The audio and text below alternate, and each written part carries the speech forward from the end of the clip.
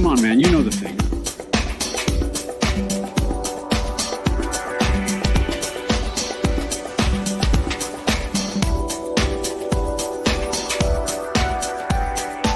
Who else is a more patriotic American than these fine folks? I mean, other than maybe Colonel Sanders, because his chicken is tinger flicking good.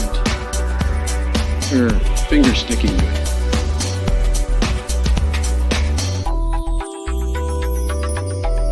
I mean, come on, man, you know the thing.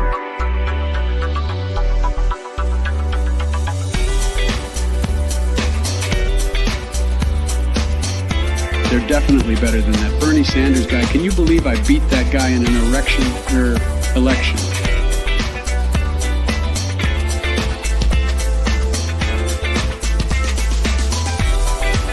I am Joe Biden, Bo Jiden.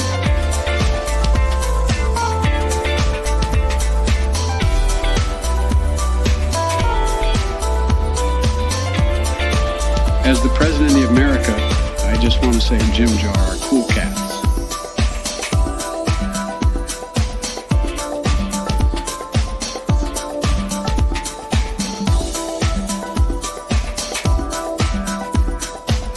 I am Joe Biden, Bo Jiden. I mean, come on, man, you know the thing.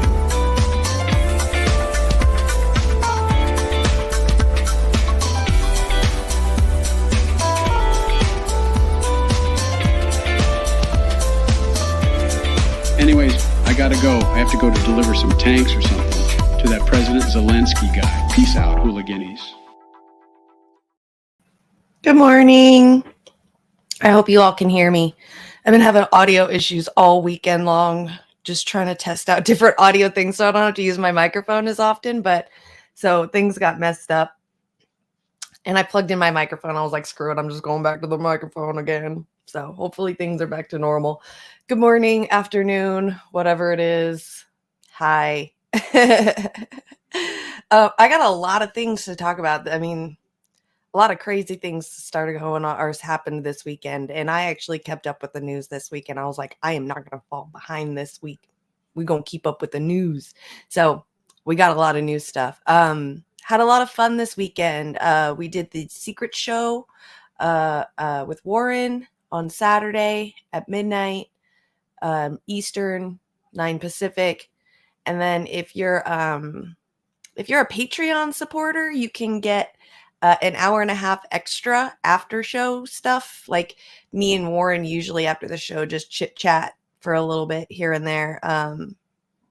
Talking about random stuff. I don't even know what half of the stuff we were talking about. I think we were just so worn out after the 2 hours of the show. It was almost a 2.5 hour show on Saturday. And then another hour and a half of talking afterwards. I don't even remember a lot of what happened. What we talked about. I mean, I do, but it was just a mismatch. But it's only for Patreon supporters. So if you're a Patreon supporter for Extra Boya, you get to go and watch that hour and a half of just random stuff. It's wow. So I don't even know what it is. So good to see you guys. Steve, Miguel, Desert. Good to see you. Anthony, what's up, man? Yes, I just started. Desert. Yes. You're not late. You're distracted by RVN. No. Don't worry. I just started. So I literally just started. Les Bones. Yes, we got Les Bones and Comrade Kitty. Cutest couple ever. I made like a little graphic for them this week because they added Jesse to the fray. So I made them a cute little graphic. I made another one too because I don't think I really like the crossbones right under the kitty's head. I think I want to put the crossbones like where the jet wings are and have the crossbones go there. So I made an extra one, but I had already released the one with the crossbones under the kitty's head with the jet already. Because I tried 2 different ways and I was like, well, it's too late. I guess I just am going to release the one I like the least because that's what graphic designers do. We fuck up. So I messed up. But it's really cute to see all the cuteness that's been going around. It's adorable. Just the little kitty bones jet thing. And yes, thank you, Steve. Smash that like button. That's what I'm talking about. Top chat or live chat? Go for live chat. Yeah, because everybody's in here. So You want to be able to talk to people. Oh no, Warren, you did not. Oh my gosh. That's how I should have started the show. Been like ring, ring, ring, ring, ring, ring, ring, banana phone. Do, do, do, do, do, do. I don't know how to do that part, but it's so fun. So good to see you. Good to see that you've had that song stuck in your head all weekend, because I swear to God, it's been stuck in my head all weekend too. Which I mean, I don't mind it. I love it. It's good to see. It's good to see that song coming back. So at least in my own little Matrix world, it's coming back, which is fun. So man, man, man. You guys are going to hate me so much more next week when we play Sh 55. I cannot wait till you guys hear Sh 55. Oh my God. You just wait. We're going to be going from singing Banana Phone to Shwiggity Schwash 55. It's going to be so much fun. I can't wait. I can't wait. I love the early 2000s, the wild, wild west of the internet. It was so much fun. So much fun. People just creating the shittiest, like, still graphic cartoons, but just was like the best stuff ever. Like creepy pasta stuff too, like the spoons, dude. Oh man, those were fun. And then they had like, the Happy Bunny. I think it was the Happy Bunny people or something like that. And then you had like Charlie the Unicorn. Oh man, just so much fun. Those were the best. Those were the best. Man, early 2000s. YouTube had just I think it was Miguel that helped us out on Saturday that was telling us. I think YouTube came out in 2005, in like February of 2005. So definitely the wild, wild west of YouTube back then. Back when what was her name? Oh God, she was like one of my favorites. Now I'm gonna blank out on her name, of course. There was like a girl on there that used to do YouTube videos all the time. And she would do really, really, really good videos, like how to fool people into thinking you're really good looking. And it was like a makeup tutorial, but it was fucking hilarious. Jenna Marbles, that was her name.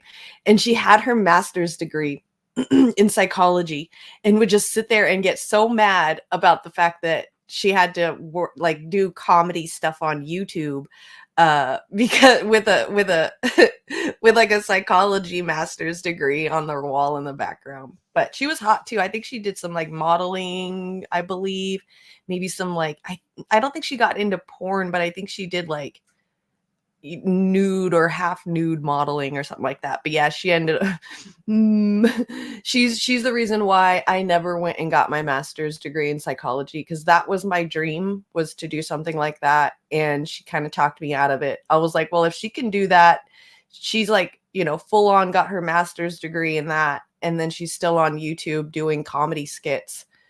Like, what chance do I have? Oh, so funny. So, hello. Uh-oh, banana phone. Oh, hello.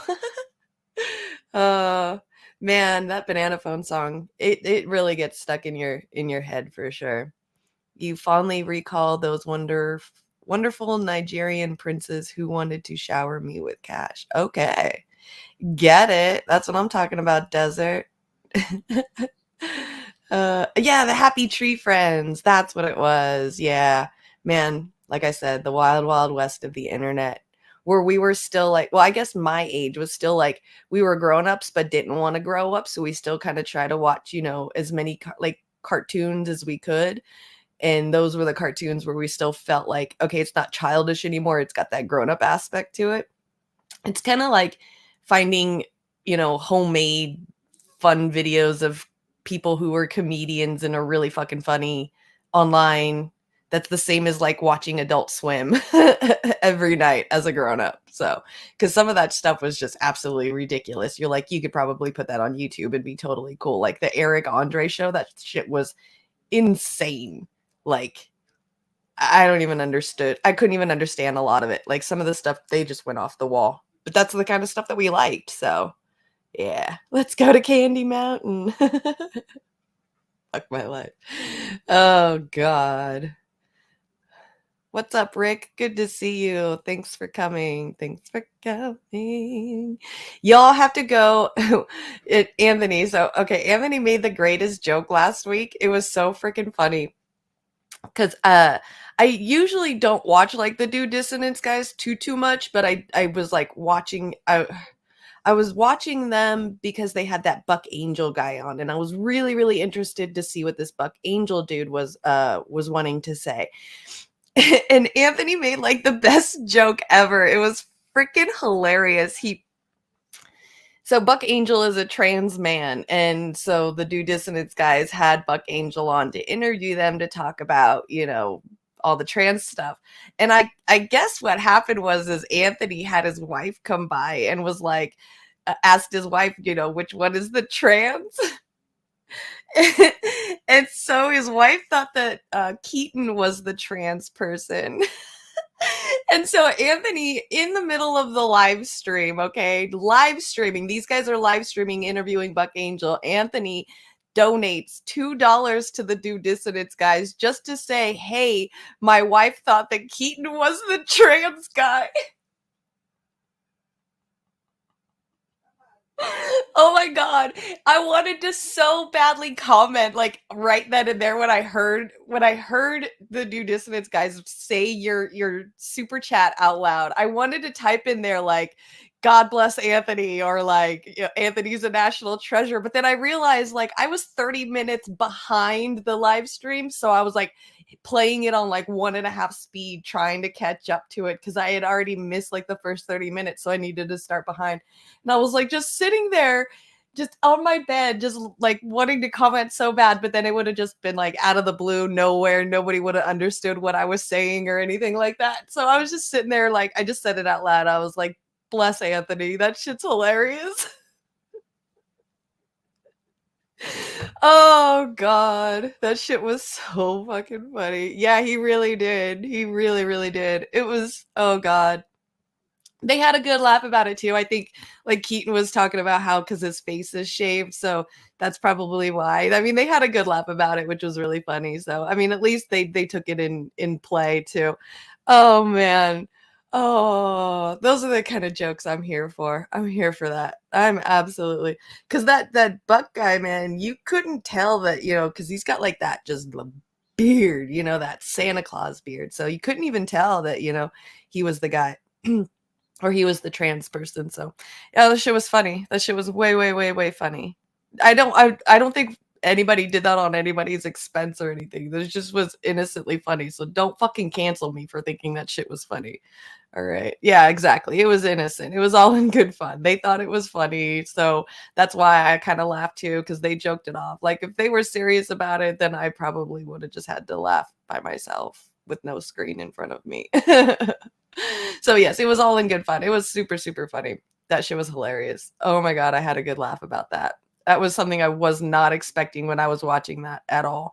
But I did get a very new perspective on the whole thing of it, Definitely. So it, like I always say when it comes to like the trans, which we're actually gonna, that's like one of the first things I want to talk about too.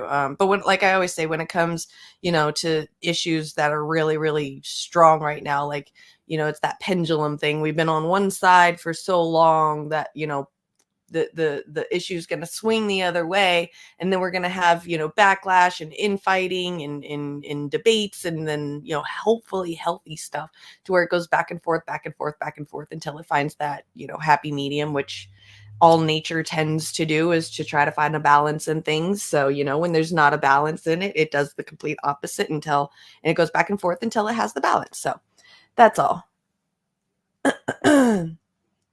But with what Buck was saying, it gave me definitely like, oh, sorry lady, kind of a new perspective on the whole trans thing and all of that. So I don't know, I'm still like, the whole thing is still melding in my mind, still, because I have been one of those people that are like super ally trans, like on the trans side, I won't even say anything bad unless I hear something from them. So I think it's, with all of that, it's maybe time to start hearing in good faith the other side and see what they have to say too, because like I always say, everybody's experience is everybody's experience and they're valid, and I can't dismiss that and then go around and say, that I'm for it and then dismiss it in real life. So Yeah. But what's kind of funny though is I do have to say, um, with this whole like pendulum swinging to the other side right now, I have to say like some of this conservative stuff is really, really funny. Like the things that they're getting all up in a all up in a hoopla about, especially like, okay, so there's this trans woman. Her name is Dylan Mulvaney. She's absolute sweetheart, just sweetheart and a half. I've been following. I don't know if I follow her on TikTok, but I have seen a lot of her videos on TikTok. And one of the ones that I remember her doing that I super super appreciated and approved of was the fact that she um in her purse carries around spare tampons just in case anybody needs it. And I'm that kind of person. I do the same thing. My husband even carries around spare tampons and pads just in case. I mean, he even has an extra spare tampon because he keeps that just in case of somebody like, he spends a lot of time out in the city. So in case somebody gets shot, he can plug the hole up.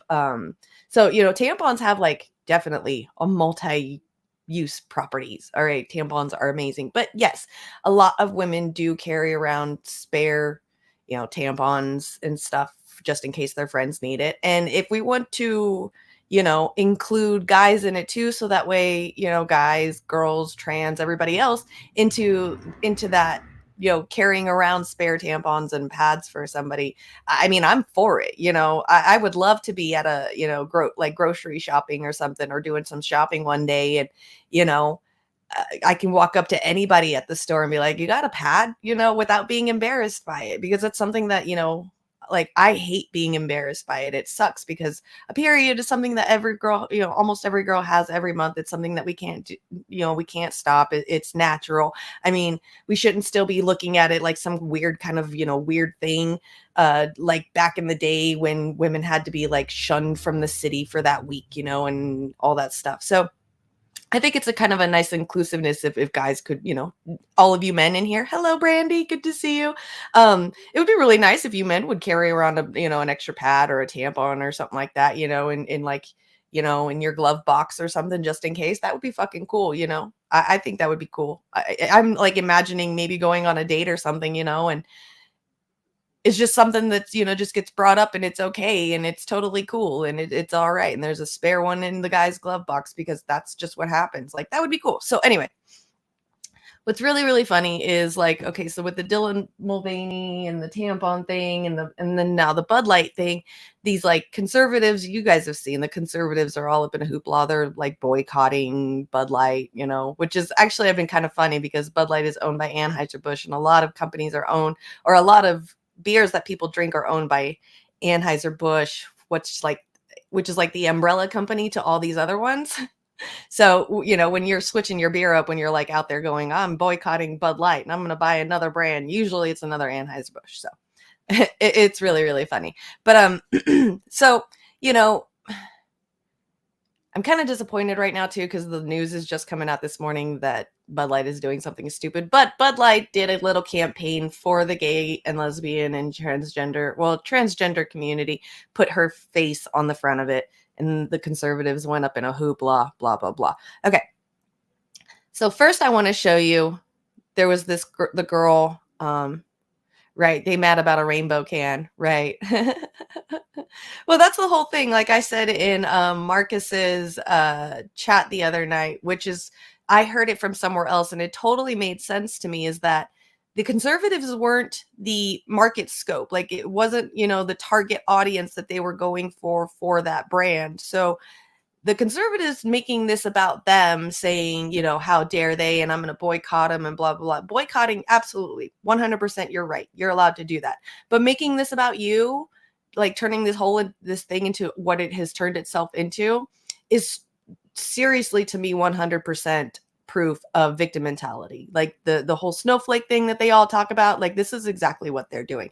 So with the whole Tampax thing. So I know you guys, I haven't really talked about her yet because I'm still trying to figure out how I feel about it. But that girl Riley Gaines that got like hit by somebody or hit by a dude or something like that at a thing, she was on the Washington Examiner, I believe. Yeah, she's on the Washington Examiner talking about Nike and Tampax and how it's degrading women by sponsoring Dylan Mulvaney. And this is where I told you that pendulum is going to swing really far, and then there's going to be fight back and then push back and forth, back and forth. So here's one of the conservative pushback swinging points right here is now, now is becoming some swimmer girl in sports, definitely a touchy subject too when it comes to trans and women. Anyway, she's saying it's degrading women. So let's watch what she has to say, and then we'll kind of go through that. So I talked for 21 minutes, y'all. I fucking hate hearing myself talk, and y'all make me talk for 21. A true demographic, the people who they are there to support, provide for. Sports bras, of course, go to women. Tampons, of course, are provided for women. And so they're missing their mark big time here, and it's degrading women in the process. They're now actively working to take away those sex-based rights. Well, continuing with the man who became a millionaire by identifying as a woman or a girl, the Days of Girlhood series, since it began, Dylan Mulvaney has gotten endorsement deals from Tampax, now Nike sports bras, which Mulvaney admits himself to the purpose of these products. And do you find it offensive? Right. So there it is. Like, they're even showing you her TikTok is saying of her own TikTok saying when Tampax offers to sponsor you, but you don't have a girl part. And this is the theme that was going around, or like a trend that was going around in TikTok is, the Reading Rainbow song, with them looking confused. So even she is taking it in jokes. Even she is understanding that, even she gets it. But these brands is my question is, see, that's what I was thinking. I was just going to ask that, Miguel. Man, you're fucking quick with it. That's what I was wondering. Has Riley Gaines ever got sponsored by Tampax or Nike or Bud Light? Is that the behind the scenes reason, is that she's just maybe kind of a little bit jealous that this girl, this trans woman, is getting sponsors because she's becoming a social media influencer and becoming a really big influencer on TikTok, and because she's this Riley girl is a swimmer, she's not getting as much influence, so she's not getting as many sponsors. I'm just trying to find the underlying thing about this, because them getting mad at Dylan and or like Tampax, for giving her a sponsorship when she doesn't have a coochie, when Dylan Mulvaney's right here is a TikTok of her even explaining the same thing, realizing it and not understanding it herself.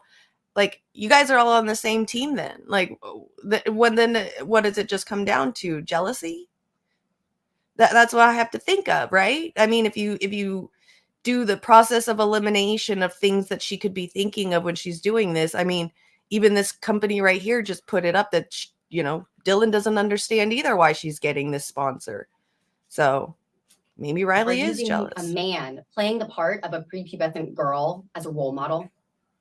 Absolutely. A man playing a part of as a prepubescent girl. I'm pretty sure Dylan Mulvaney is not walking around saying and becoming a prepubescent girl. It's just how she doesn't even look prepubescent when she wears the clothes. She's very 1930s, 1940s style. She's got that very old, classical, Ronald Reagan, JFK wife kind of style, like clothing style. She looks like she's, could be like the first lady or something. She's just very cutesy. And that's her style. That's not prepubescent. So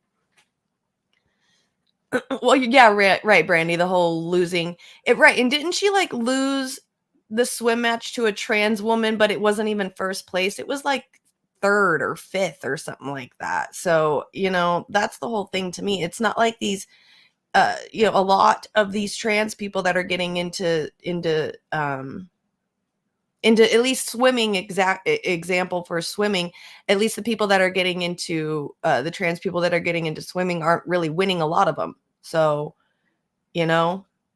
And what are, I mean, so is that is when, you know, when you flip that around too on other sports, like, is that why women can't join, you know, football or something, you know? Because I remember in high school, there was a couple of girls in my high school that played football with the dudes, and they wanted to be in it so bad. And I still to this day haven't seen no, you know, women in the NFL. So it it just seems, I don't know. I don't know.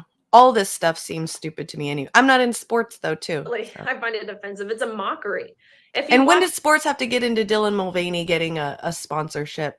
this promo video of Dylan with the Nike Right. apparel, he's doing these jumping jacks and stretching and indicating that's how women look like when we work out. And that's not indicating how that's Riley saying that her jumping around doing the jumping jacks and stuff for Nike is expressing how women work out. And she's saying that's not how women work out. That's not Dylan, what Dylan was doing at all. At all. Her thing was, here's leggings, Team Nike, blah blah blah, home from day 365 and ready to take on the world. And it was her doing her own jumping jacks, how she does it. Dylan Mulvaney in here didn't say anything of this is how women do jumping jacks, you know, or anything like that. She's just doing her own, you know, little workout, excited that she got sponsored with Nike, that she's wearing the leggings. No attack on women whatsoever. It feels like to me like Riley is trying to make trans seem like they're attacking women and discluding women. And if anything, they're just trying to join in, and, you know, and it's really crazy too, is it's like just trans women that people are getting mad at. Like, you don't see nobody getting mad at trans men.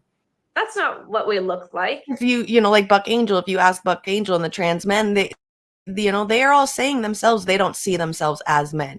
And I know a couple of trans women that said they don't see themselves as trans or as women. They see themselves as a trans woman.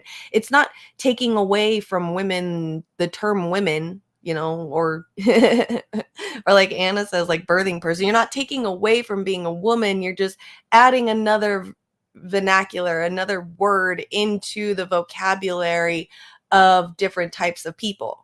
And so trans women is its own thing. You know, you're not like, you can't be woman anymore because we have to put transit in front of it. That's not how it works. You know, it's this big mockery, and the whole tampon thing. I mean, talk about not knowing your demographic. I mean, this is marketing 101. I was no marketing major, but I know that by aligning yourself with the minority in this sense, let's say trans women, it can't even make up 0.5% of the population. You're turning your back on 51% of the population. That's the population of women around the world.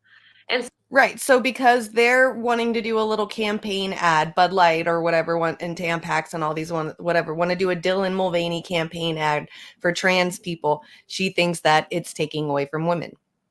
It's not. It's not. You're not taking away from. I don't feel it. Why do you feel it? I get it. Everybody's experience is valid and blah, blah, blah. But somebody's got to explain it to her. She feels victimized. She feels like things are being taken away from her as a woman when it's not that way. You're just looking at it that way because that's what you're being force fed by conservatives, especially fucking like what Tucker Carlson has been saying on Fox News about like how trans people are like, God, think that they're gods and they can play gods and just change the way that they look and blah blah blah, just making them look like these evil things. Like, no wonder she thinks this shit. so it just seems as if they're not understanding their true demographic. Religious as the well. People who That are makes sense. who they are there to support, provide for. Sports bras, of course, go to women. Tampons, of course, are provided for women, and so they're missing their mark big time here, and it's degrading women in the process. It's crazy, right? Here's another one. We got another one. This is the Fox News business sharing about this. So about Bud Light releasing. Wait, is it that one? Yeah. Wait, no. This is from 4 days ago. That's what I wanted. Okay. So now what we're starting to see is like Bud Light is starting to regret their partnership with Dylan Mulvaney. And so here's Megyn Kelly going on here with Andrew Clavon. He's a host of the Andrew Clavon show. I don't know who he is, to discuss the latest development in Bud Light's new advertising strategy, controversy, and the stark contrast between trans celebrities.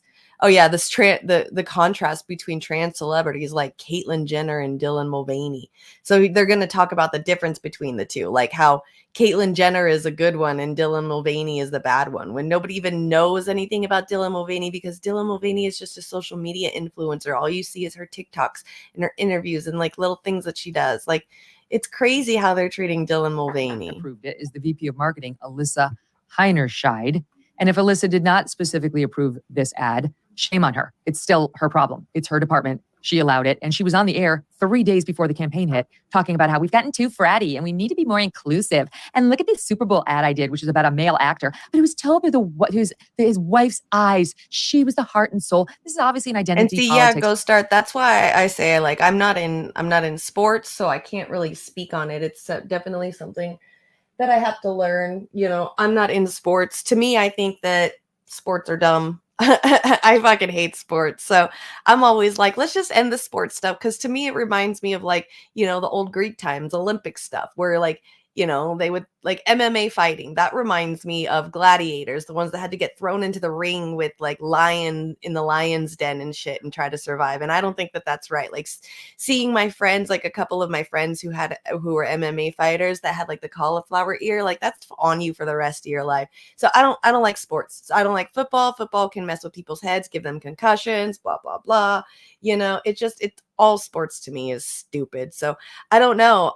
To me, in my own personal head, it's so hard for me to come up with a conclusion on what I should believe in the sports thing, because, you know, I don't want to go down the road of, like, well, then give trans their own section, because then that's segregation and nobody likes segregation. So that makes sense. So then what's the other choice? Well, then, like, my first choice in my head would be like, well, Jimmy, you fucking hate sports anyway, so just end this stupid shit. Just end all of it. I'm done. I hate sports. So MMA fighting, you definitely run heavy risks of getting hurt. Same with football as well. You know, that's why I say to end it, because people are really hurting themselves just for that big, you know, just for that cash, just for that money, for that fame, you know? So I don't know. And plus, fighting to me, like MMA fighting, is such a guy thing. It's such a testosterone thing to me. So I'm not into it. I know that there are guys, obviously half the population is testosterone because they're dudes out there, but still, like, I don't know. I'm just like, end it, bro. I'm done. Yeah, I saw. That's why I was talking about this stuff this morning, is because Donnie Jr., I think even Trump too, said to stand down on the boycott as well, of Bud Light, because because, you know, Bud Light apparently, like, its stocks dropped way, way, way down because of this. So, you know, like, the owner of Bud Light gave fucking Trump a call and was like, tell your people to knock this shit off. All right. And so now, actually, that really kind of segues into this really, really well. Like, Bud Light is starting to regret the partnership with the trans influencer Dylan Mulvaney, and that's what this video is about. And then we'll watch the most latest one that's kind of this morning news about it, which is crazy. Harvard grad who's all about, you know, color, gender, sexual orientation, all this stuff. So whatever, she's not off the hook, but I'm sure it was her anyway. We'll find out. In any event, they're describing it as a low-level marketing staffer who made the call. Again, wanting to be more inclusive. And now they're saying that Bud Light is halting all marketing efforts to reevaluate the brand's ad strategies, because your first effort wound up in the toilet, and that they will in the future evaluate all partnerships more robustly. Here's my question for you. Some people are pushing back on people like you, like people like me, and maybe you, who are ticked off about this Dylan Mulvaney partnership with Bud Light. I'm ticked off about Bud Light, but I'm even more ticked off about Oil of Olay and Nike on the sports bras, you know, spaces that are absolutely women's spaces. But all of it bothers me, to be honest. And you have people like Joe Rogan. I don't think, you know, sports bras is only a female space. I mean, if there's a guy with boobies, he is more than welcome to wear a sports bra if he wants. Didn't, like, guys in the 80s practically wear, like, sports bra tank top, like, half shirts where their belly buttons and their bellies showed? So I don't personally think it's, you know, it's just to hold, you know, boobies. It could be for style too, if they wanted it to. I don't see any problem with using, you know, sports bras are created crazy nowadays. You can use them as, like, practically tank tops now. And if a guy wants to wear it, and if a guy has, you know, he's a little on the smushy side, and he wants to wear one, by all means, have fun with it. That's where it's like, you know, these, I see, to me, like a lot of these things are like, you know, to me, everything is gender inclusive. I'll go to the guys section and, you know, buy, how do you think I get like my Converses or my Van shoes? I have to go to the guys section. Actually, my ass has to go to the little boys section because I'm a size like 4.5 in boys or 5 in boys. So I'm like tiny as shit. I can't even get into the men's section shoes. I got to find shoes that don't have like SpongeBob on them and shit when it comes to like shoes, but other than like Vans and Converses. So, you know, like there's a lot of this is like, it's, you know, this is the 2000s. I'm pretty sure when 2000 hit, people were starting to mix and match, you know, styles and things like that. I mean, sports bras could be definitely a style to me nowadays. So I don't know. I've seen some dudes on TikTok, you know, like, you know, the BTS, you know, that South Korean style where these guys wear like, you know, a cut off tank top that kind of looks like a sports bra with these baggy pants and this long trench coat. And it's a style, you know, it's what they do. So, Ava got implants and she loves them. I don't even have boobies and I wear sports bras. So what are you going to say? Like, because I don't have boobies, I can't wear the sports bra that I wear? Like, I knew girls that had way smaller boobies than I had, and they wore sports bras. My friend who literally had what I called it puffy nipple syndrome because her chest was flat as shit, but she got these cute little puffy nipples that kind of stick out. And she would wear sports, but she was super, super skinny, like skinny. I almost thought she was anorexic. She just had a really high metabolism. That girl could eat a fucking horse in front of me. It was nuts. Wouldn't gain a pound. Swear to God, she was like a pole beat, like a pole. She was literally a pole. And she would wear sports bras like tank tops, like regular shirts, like a tank top. So you're saying that, you know, because we don't have boobies, we can't wear it. They're just making it like specific, to, you know, exclusive to a specific area. And that's what's not fair that these conservatives are doing, because then, you know, you want to talk about how you're leaving out 51% of the country, which is women. You're doing that by saying these kind of things, because there's a lot of women that can't do these things. Like when Anna complains about, you know, birthing person and stuff. Well, there's people that can't, you know, like can't be a birthing person. So you know, that's where I kind of understand her about don't call me a birthing person, but I am a birthing person. So fucking call me a birthing person. I don't give a fuck, you know. It's just the way that these people kind of like by your trying to feel like you're defending yourself as a quote unquote woman, you know, or as a woman, because I'm not going to say that they're not women. I mean, you know, Megyn Kelly is a woman, obviously, but to sit there and try to defend yourself as a woman and saying that you're trying to include all the women by saying, you know, that certain things are only for certain people, you're leaving them out instead of including things. And I'm sorry, but I'm not for that. I'm not for the leaving out part. So, yep, trans women get implants, cis women get implants. Absolutely. Howard Stern came out and said, like, And so because the trans woman got implants, then it needs a sports bra, at least for the first 3 months, to keep her boobs in place. She can't have a sports bra to keep, you know, her boobs in place so that way they don't medically mess up for the 3 months that they're healing. But a woman can use a sports bra. Is that fair? Is that fair? Or with tampons, is my husband not allowed to keep a tampon in his glove compartment in case he goes down to the city and he's in front of somebody that gets shot? He's not allowed to have a tampon now because it's only exclusive for women. See, now you're excluding people. That's excluding people. That's not including people. You know, people going around saying that I want to be, you know, only call me a woman. You're not a woman. You don't have kids, and you don't know, women are the ones that have kids. Well, not all women can have kids. You know, I'm dealing with that kind of stuff right now. My 15-year-old still hasn't started her period yet, which means that she's going to have trouble probably for the rest of her life starting now, because she's past that. She's about to be past that point where I need to start taking her to the doctors and get her on birth control so that way she can start having her period. But my kid probably will never have kids because of this. So you're saying that because my kid will never have kids, possibly getting uterus cancer and have to get a hysterectomy by the time she's 25, that she's no longer a woman?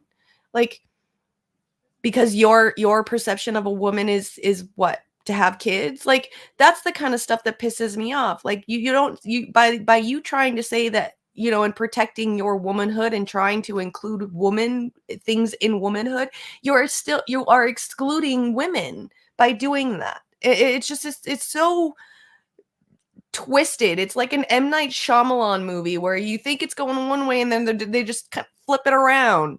And you're just like, what the fuck? Where did you go with that? What's the big deal? Why are people mad about this? Exactly. It's a medical term. So you don't misgender a trans man. You don't call, you call him a him or a dude, like just the, the little verbs, adverbs, or whatever you call them, the little pronouns. That's what it is. Pronouns that you call them, and those are just pronouns. Those, when you see a group of people, you're like, oh, they're over there. So you do the same thing, or he's over there. It's just a pronoun to help with, that kind of thing. But yeah, they're not, with having a trans man is not taking away from men. It's adding a new term, completely adding a new term. It's just adding on to the gender terms, that's all it is. It's not like I said, you're no longer a man because now we're adding trans in front of it. No, there's men, there's trans men, and most of these trans men that I talk to, they don't consider themselves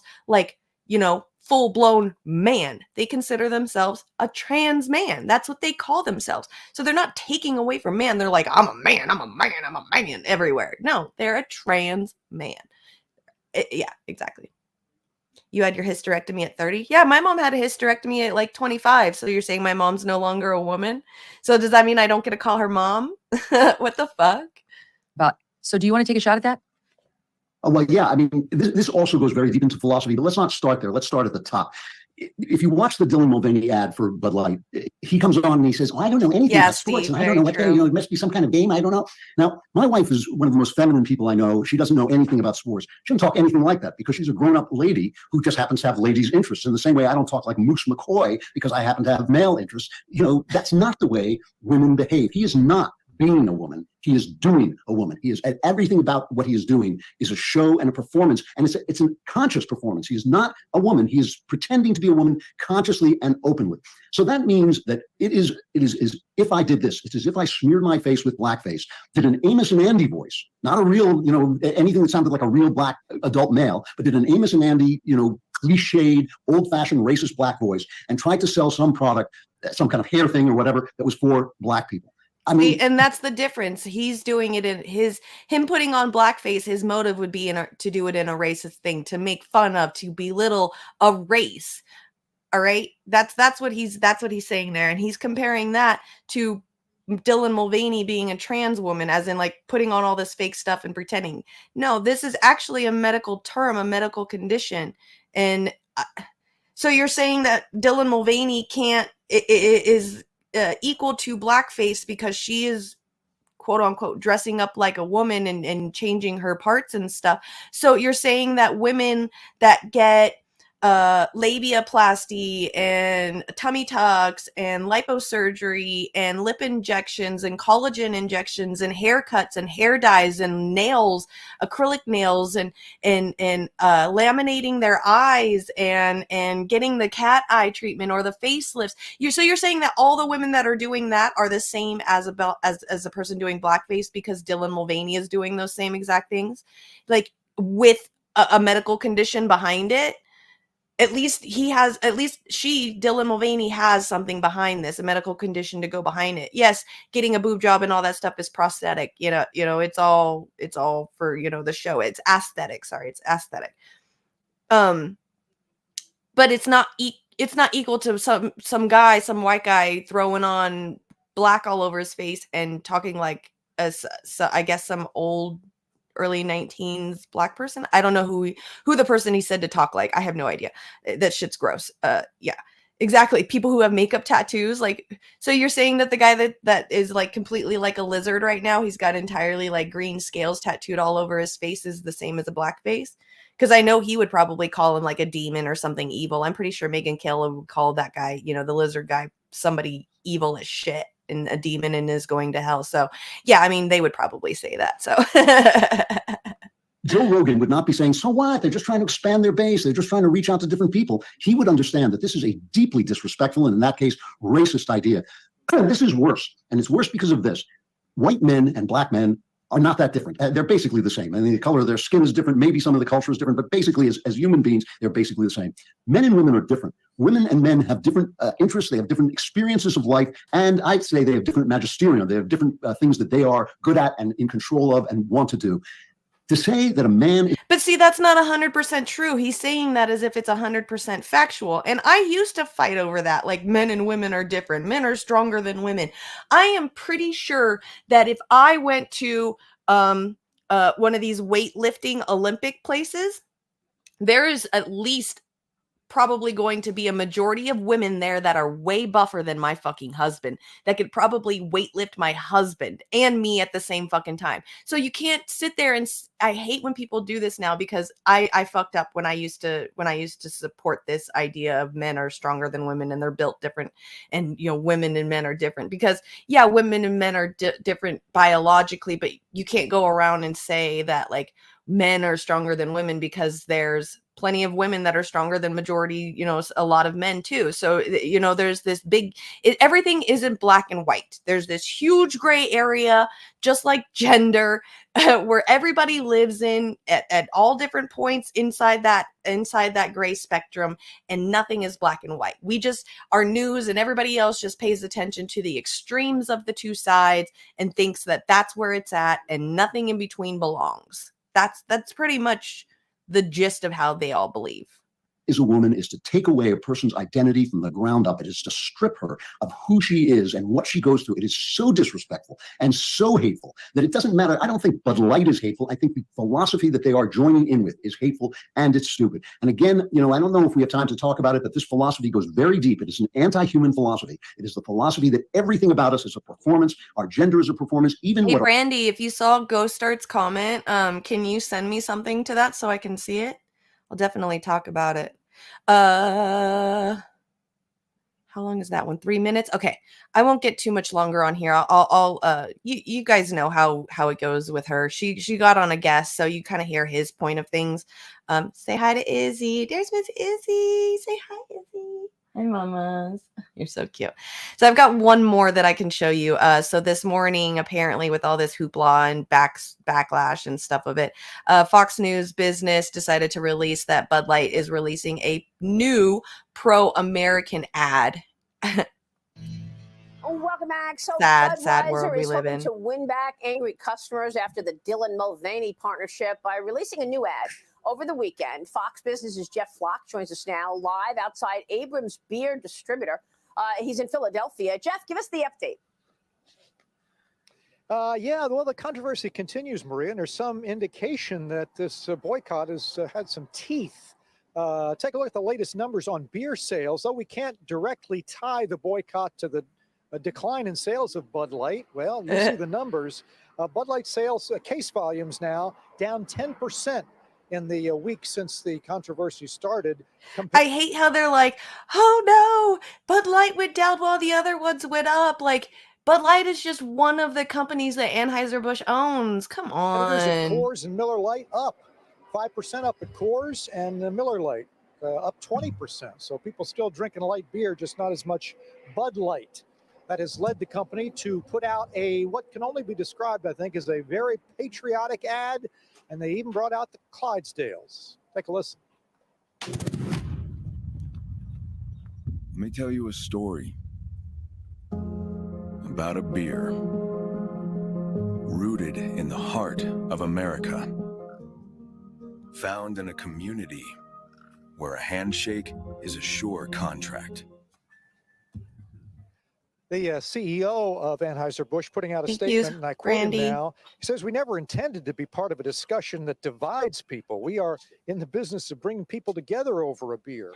The statement also talks about the importance of accountability and values on which America was founded, freedom, hard work, and respect for one another, suggesting perhaps that there hasn't been a whole lot.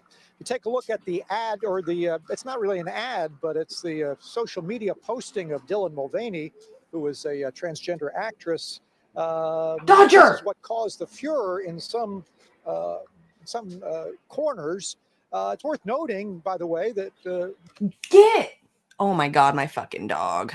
Ms. Mulvaney has sponsorship, or not sponsorship deals, but at least relationships with other big companies like Nike, KitchenAid, and Ulta Beauty. This, of course, has sparked this big backlash, including one guy who has started a beer company called Ultra Right Beer. The ad for that features the fella swinging a baseball bat and smashing a can of Bud Light. What won't they think of next? Impact on the company. If you look at the stock, Maria, they've made a big deal out of billions of lost in market cap. But as you know, a big company, a couple of points in the stock, can really affect the market cap. The stock is down $2 a share. And I leave you with this, Maria.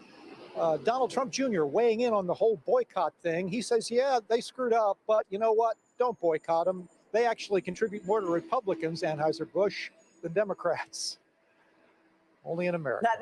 That's interesting. All right, we'll keep watching that. Jeff, thank you. Woo. All right. I want to So, bring in country music. I don't know why we're doing that part. Huh? Yeah, just keep him out of the bedroom. Yeah, of course. I don't know what's wrong with him. Oh yeah, right. The don't make me get my dog driving me crazy right now. Okay, so let's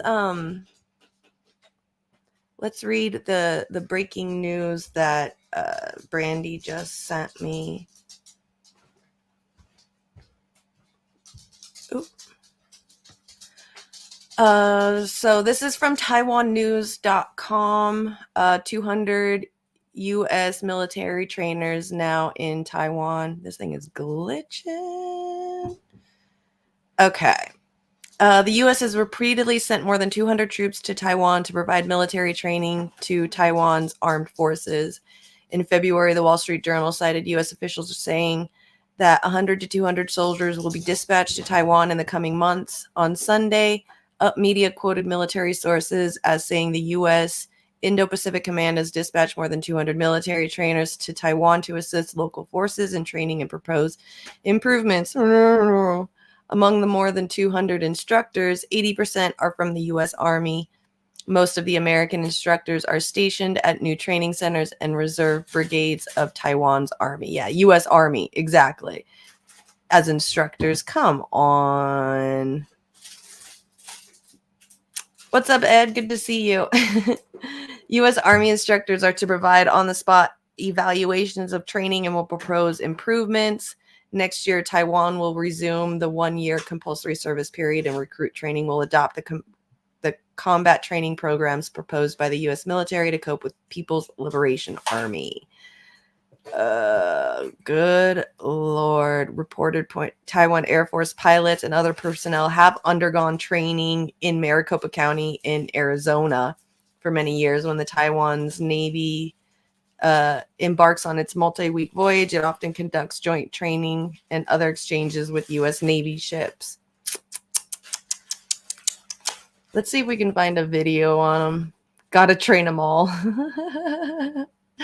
That's a good one. 200 troops to Taiwan.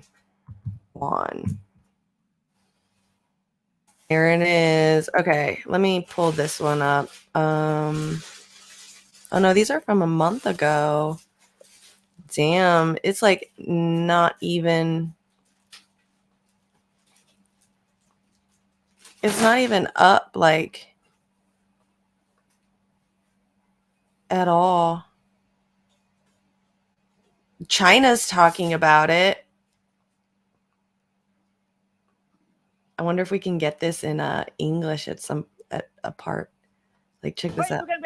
我们之前在美国的电影或在美国很多影片里面看到有一个魔鬼士官长，这些魔鬼士官长他们要求非常的严格，他们要求是说一不二，而且对于新兵没有任何模糊的空间，你一定要给我叫过来。没有想到，现在美国居然已经派了200个阿兵哥要到台湾，200个中间有160个是陆军，160个陆军为什么？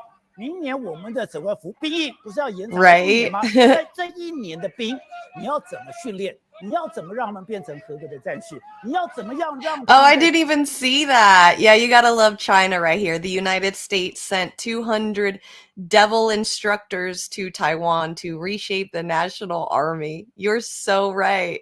But I mean, look at them. I hate how the military is, how they break them down like that and just yell in their fucking face. Yo, I'd be fucking punching, throwing blow. I 战场 can't. 上 I 面 can't do the military. 能够应付战场上瞬息万变的状况，竟然就是 Crazy, right? 160的新训项目，虽 They're 然没 crazy. 有好日子过了，未来 They're 是 so 实战 loud. 新训哦。那这160我这样，你看他们可能在野外这个进行射击，另外一个还要到地点。我这个我专门是城镇战是真的有一个城镇哦。是 I mean, at least the China's got in on it. So, I mean, that's the only thing. It's the only thing is that right there. I mean, there is literally nothing else. Look, no more results. And I had to do 200 troops to Taiwan. And I had to put in a filter because, man, there's like nothing on it yet. That's crazy.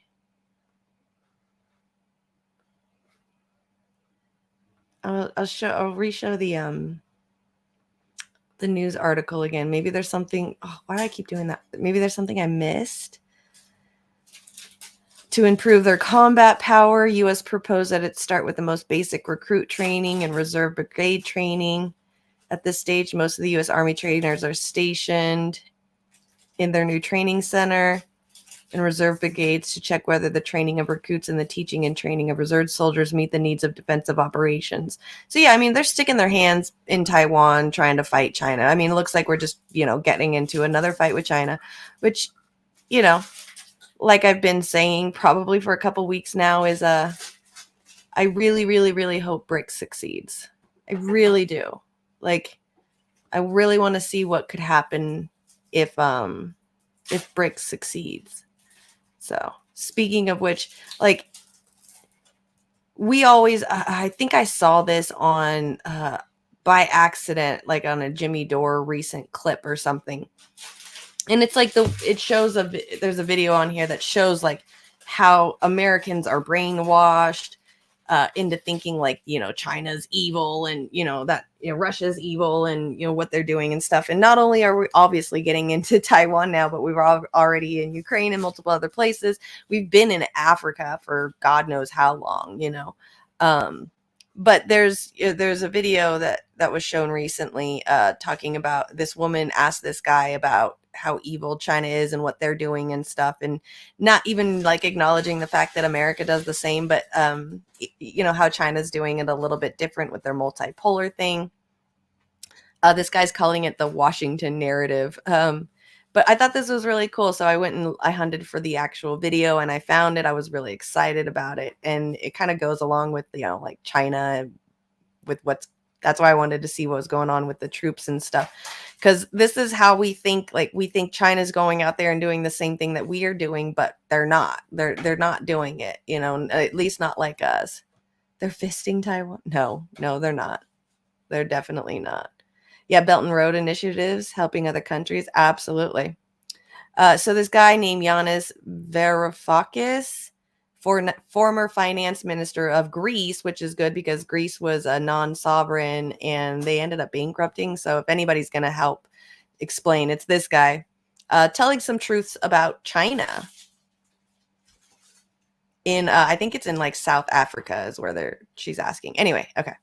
I'm been very concerned lately about China. They're in Africa. They're lending money to countries to build ports and different infrastructure. To build what? Port. And what's wrong with that? And because countries that need ports get ports. But they're making people dependent on. I mean, I know it's the same thing that we've done, which is it's horrible not. Around the world. They are far more humanistic than the United States ever was. Really? Okay. Absolutely. Great. So let me give you an example. Of course, they are peddling for influence. Yeah. Yeah. But they are non-interventionist. Absolutely non-interventionist in a way that Europeans, the West, has never managed to fathom. Mm-hmm. The Chinese never asked Apple to go to Shenzhen and produce all the iPhones. It was Steve Jobs that decided that. Yeah? Mm-hmm. it was not China that went to Washington, D.C. and demanded that they buy a third of your national debt. If they hadn't bought it, you would be in serious trouble. When it comes to the influence of China outside its borders, it's quite remarkable that they don't seem to have any military ambitions. Instead of going into Africa with troops, colonially, destroying the country, killing people like the West has done. Yep, like we do with the mining stuff for those kids, like everything from our phones to our batteries to our computers, like that's all that stuff is mined for Western capitalism. And you're going to tell me that China's going into Africa to build them ports and stuff is way worse than us going in there making little children touch mercury? Come on, give me a fucking break. This is that, like this guy said right here, the Washington narrative. This woman is seriously brainwashed. For the last 100 years, what they did was they went to Addis Ababa and they said to the government, we can see you have problems with your infrastructure. We would like to build some new airports, upgrade your railway system, create a telephone system, and rebuild your roads. And we'll do this all for free. No strings attached. We don't want anything from you. And they did. Why did they do it? Because it's soft power. They are immense. Soft power. Exactly. It's soft power. So it's not this big old, I'm a big bully. You're going to do what I do. You're going to be in debt forever. I mean, I think they were talking about how the fact that there was like actual countries in this world that are so in debt, like unpayable debt to America that, that's bully tactics that we're doing. And we live every day knowing that there's like countries that we're just ruining because they can't pay off their debt to us. Like, come on now.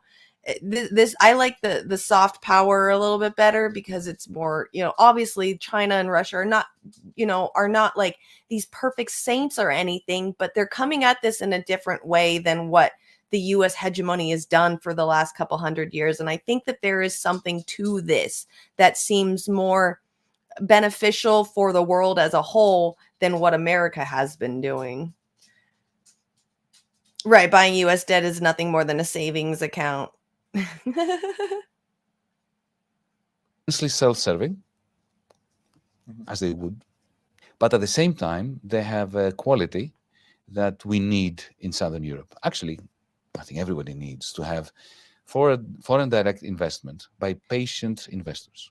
They're patient investors. They don't come in to grab an asset for speculative purposes.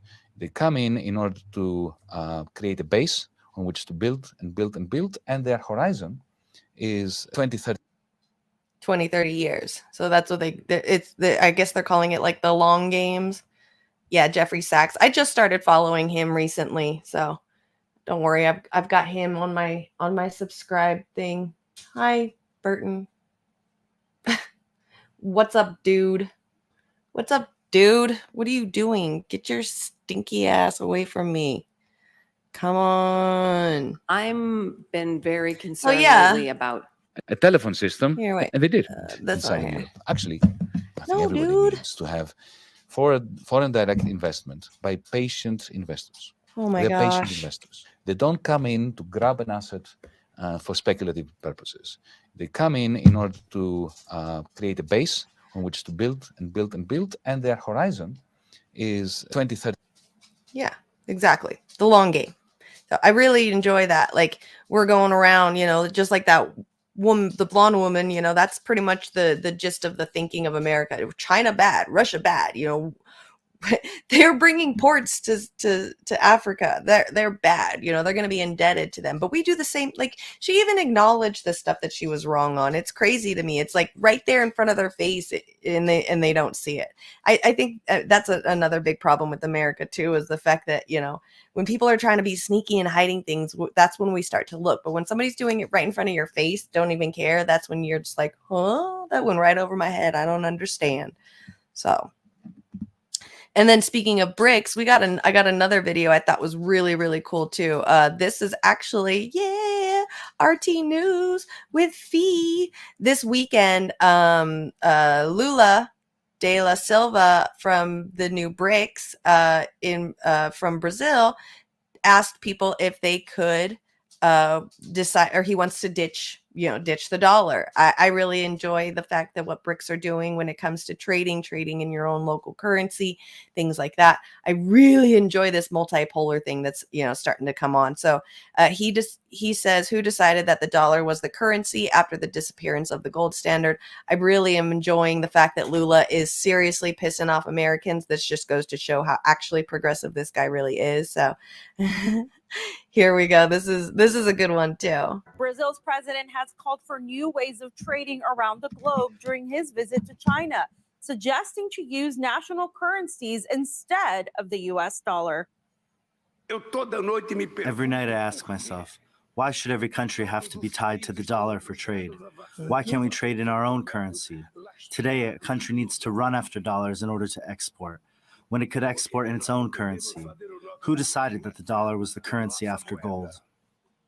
The call for de-dollarization comes as China and Brazil have conducted a transaction in yuan for the first time ahead of the Brazilian president's visit to China. The sides are expected to sign several agreements underscoring Beijing's role as Brazilia's key partner. Dilma Rousseff, the head of the New Development Bank, says that BRICS nations continue to prosper and have already outgrown the economies of G7 countries. It's because it is has become even more relevant. Together, the countries represent over 40% of the world's population and approximately a quarter of global GDP. In purchasing power parity, it is estimated that the BRICS economy is already larger than the economy of G7 countries. I think the trip by Lula, the relationship that's evolving between Lula and the rest of the BRICS countries, and especially with China, is an enormous step in a long process. That long process has to do with the world adjusting to the enormous economic growth achieved by the People's Republic of China over the last 30 years. The United States is now going to have to share the position of a superpower, economically speaking, with the People's Republic of China. And one way that happens is to allow the Chinese to enjoy some of the benefits, and they are economically very significant, some of the benefits that come from having a currency that is used around the world for economic trade and capital flows and so on. So my question is, are we going to be starting to see the yuan a lot more often, even in America, when we start getting? Because I'm ready. I'm ready to start changing things around. I'm okay with the U.S. having to share, their little powers and stuff. Whatever. As long as it doesn't turn into a one world government where one person rules the entire world, I'm totally cool with this. So I'm way cool with that. But yeah, it's really cool to see like all these countries, they're like starting to say, fuck you, America, fuck you. And I'm really enjoying it. It kind of brings hope back into my brain, which I have lost for a really long time. I started really considering the volcano party. So it's cool to see that, these countries are coming together to do things in a new way that the world's going to have to get used to, while America and the West countries are over here like kicking, screaming, and flailing about like little kids throwing a temper tantrum, calling them, the bad guys. Like I said earlier, there is no good or evil. There's a lot of grays and in-betweens, and you can't just sit there and say, well, whoever doesn't agree with us and isn't our ally and doing things the way that we want to do them, they're automatically evil and they're the bad guys. Sorry, that doesn't work that way. It's not how the world works. We're not, Captain America around the world. So get over yourself. It's disgusting. But, someday it's legit parody. But maybe someday, that's what I'm hoping. Someday, volcano party might work. So while all of that amazing stuff is actually happening around the world, we decided this weekend to show off way more, like way more of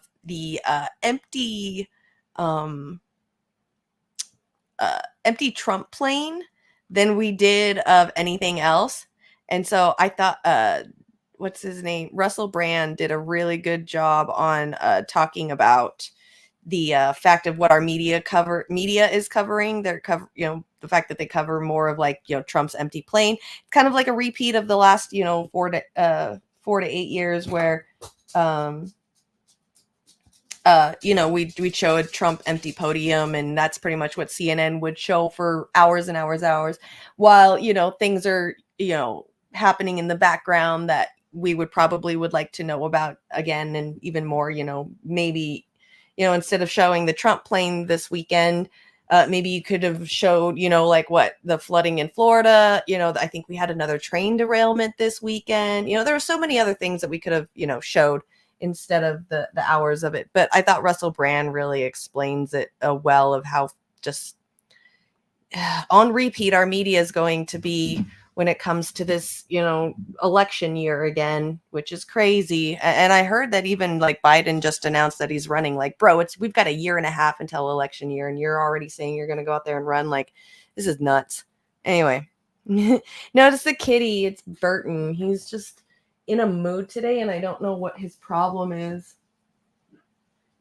Little crazy cat. Okay, let's see what he has to say about the Trump thing. Settle on that. Once again, we have to draw your attention to the fact that the mainstream media has a vested interest in inducing a state of near idiocy in you, so that you're so sort of depressed, bewildered, and apathetic. You can't discern truth from fiction and significance from the insignificant. Look, Trump's plane got more TV coverage than Biden killing healthcare for 15 million. Now, you might be a person who doesn't believe in healthcare. I believe in healthcare. I'm English and everything like that, and I like the National Health Service. I think it's a shame that junior doctors and nurses are forced to strike, because in particular during the pandemic we were told that they were heroes. We were told they were heroes when it was convenient to have them as heroes. Now they're out striking. They can't get a proper payment. Now look at this. We spent hours and hours studying Trump's plane on the tarmac, and I myself watched spellbound as it cut a diagonal strip across the sky. Oh, was it my dog behind me that you guys were seeing? Not the cat that was on my lap bugging me. It was my dog. My Chihuahua. Machawini. Little pain in my ass. That was all going on. Biden was killing a health care bill.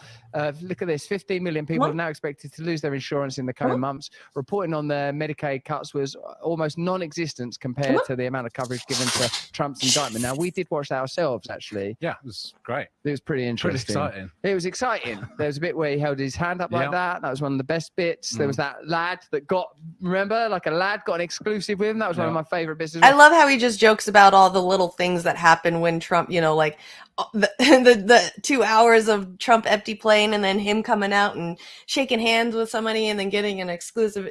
I love how he jokes about it. Like, this is what we had to watch this weekend. Let's have a look how that was covered. Look, 19 seconds on CBS, a minute and 30 on ABC. Compared to the sort of B-roll coverage. Look at that. CBS, ABC, MSNBC. I mean, they did a little bit here and there, but look at CNN and MSNBC. God damn. Oh, no, they're showing, so the expiration of Medicaid coverage, right? But then the B-roll coverage of Trump's inactive plane. MSNBC did 2 minutes of that, but then did 66 minutes of B-roll of Trump coverage. But 2 minutes of, this is what I'm talking about. Coverage of Trump's inactive plane. Should we have a little look at the this is just a we chose this almost at random. This is 45 seconds of Trump's plane coverage. Have a look. Former president's going to get out of that car, and we're obviously at quite a distance to see if that is he going up the steps, the back of the plane. It's only probably going to go straight up those stairs. Von Hilliard, from your vantage point, at your monitor, you know Andrea, the routines there. That's exactly how he boarded a. Check out this from Terrence McKenna. Can you believe that? That's the fucking news. That was the news. The news. All right. While news was actually happening in the world over the weekend, that's what they were doing. That right there. I'm fucking speechless. Here we go again. here we go again. Terence McKenna, as you know, is a sort of an ethnobotanist and cultural crusader, a man who took quite a lot of psilocybin in order to bring shamanic realms of divine consciousness to ordinary folks. He said, the reason we feel alienated is because society is infantile, trivial, and stupid. So the cost of sanity in this society is a certain level of alienation. I grapple with this because I'm a parent, and I think anybody who has children comes to the realization, like, what will it be? Alienated, cynical, intellectual, or slack-jawed, half-witted consumer of the horse shit being handed down from on high. There's not much choice in there, you see. All we want our children, all of us want our children to be well adjusted. Unfortunately, there's nothing to be well adjusted to. And when I watch this, the coverage of this, or we read the coverage around the Pentagon Papers, and the sort of, in a sense, it's a story about nihilism, because the kid making the revelations, releasing that information, this was not like a Chelsea Manning, Edward Snowden, Julian Assange style prisoner to their own conscience. Like, oh my God, I just have to do this. Or in the case of Chelsea Manning or Edward Snowden, and Julian Assange had a sort of a higher mission.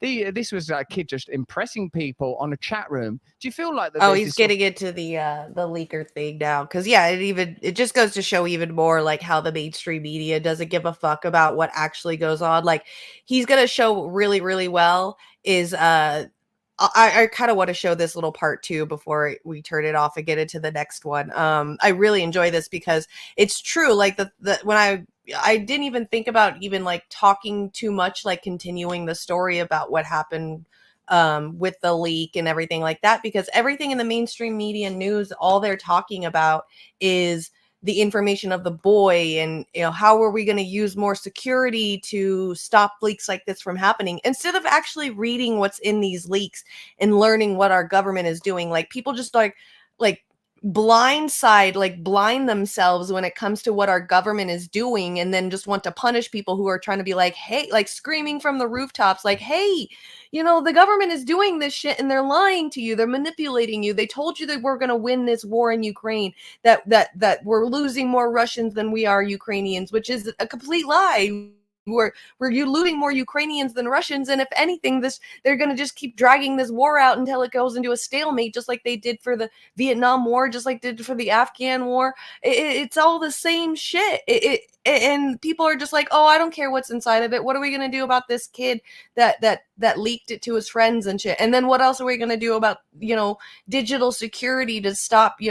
Now they're getting into the whole net neutrality and internet privacy thing. Like, these motherfucking government officials and Pentagon officials and CIA and FBI and stuff are going to be looking in our Discord servers now, looking in our Discord chats and shit, reading now more than they probably what they used to be, because there's an eye on them. They feel like they have to work harder now in that specific area. So now we're going to be even spied on even more. We're about to lose even more internet freedom and privacy. Like, you can't sit here and tell me America's free when our privacy is fucked everywhere.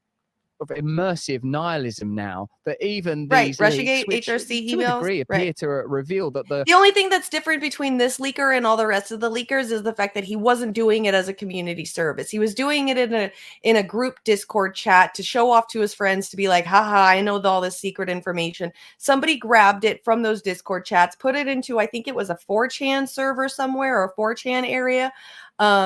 And so it got public and more people saw it and found out about it, and that's how it got revealed. Like, that's the only difference, was like, it was just some dumb kid who got access into some information that was trying to be cool to his friends. But still, like, okay, arrest him for being a dumbass. Like, you shouldn't have done that. Whatever. Okay. Now, can we read what was inside of it and what was actually, leaked anyway? Because we should be knowing what the government's doing, with the fact that they've been keeping secrets from us for how many fucking years, since the Pentagon and the government was created. They've been keeping secrets even before that, since the start of our government, they've been keeping secrets. And you're going to sit here and tell me that we're still in 2023 going to live our lives as if they're telling us the truth, and we don't have to listen to what these leaks are saying because we need to listen to the government? Like, get the fuck out of here. Like, the mainstream media really thinks that this is how us normal people think, because I know for a fact that that conservatives think this too. Like, this is something where conservatives and a lot of us liberals are really going to agree on, is the fact that the government, don't trust what the government tells you, and we should listen and see what these things in the leaks have to say instead of trying to figure out more security to stop these leaks from happening. Please, please. Are you kidding me? Come on. Like, it's yeah, sounds like the kid is being set up. Poor fucking kid, man, too. I feel so bad for him.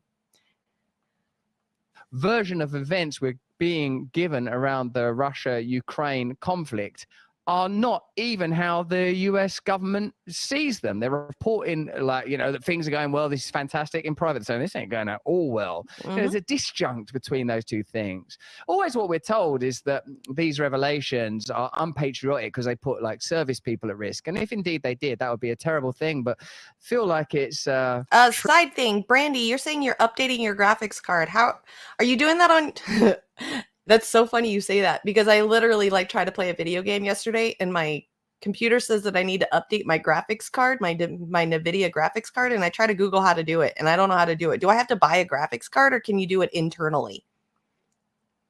Just wondering. True that Chelsea Manning's revelations and Snowden's Kill the revelations messenger, didn't right, put Ghost Star? a single server, well, anything could have put them at risk, but certainly no one came to any harm as a result of them. Look, while we were being distracted by Trump's static plane and speculation on how he might shimmy up the stairs, this is, I think, CBS's reporting of that healthcare. MSNBC, Is it? It's one of them. Yeah. That's that little eye in the corner. I don't know which one the little eye is. That's their watermark. See that eye? Oh, yeah. Whose eye? That's CBS's little eye, that. So listen, this is 18 seconds reporting. Brandy, so I'm going to have to get a hold of you and ask you how to do presumably that. Succinctly convey all of the facts that we need to know about these expiring Wait, healthcare. tech budgets. It's going to cost me to upgrade my graphics card. Because, see, I bought the laptop and it came with it. So it's got, what is it called? It says on the sticker, peak PC gaming with a 12th gen Intel Core processor and NVIDIA graphics.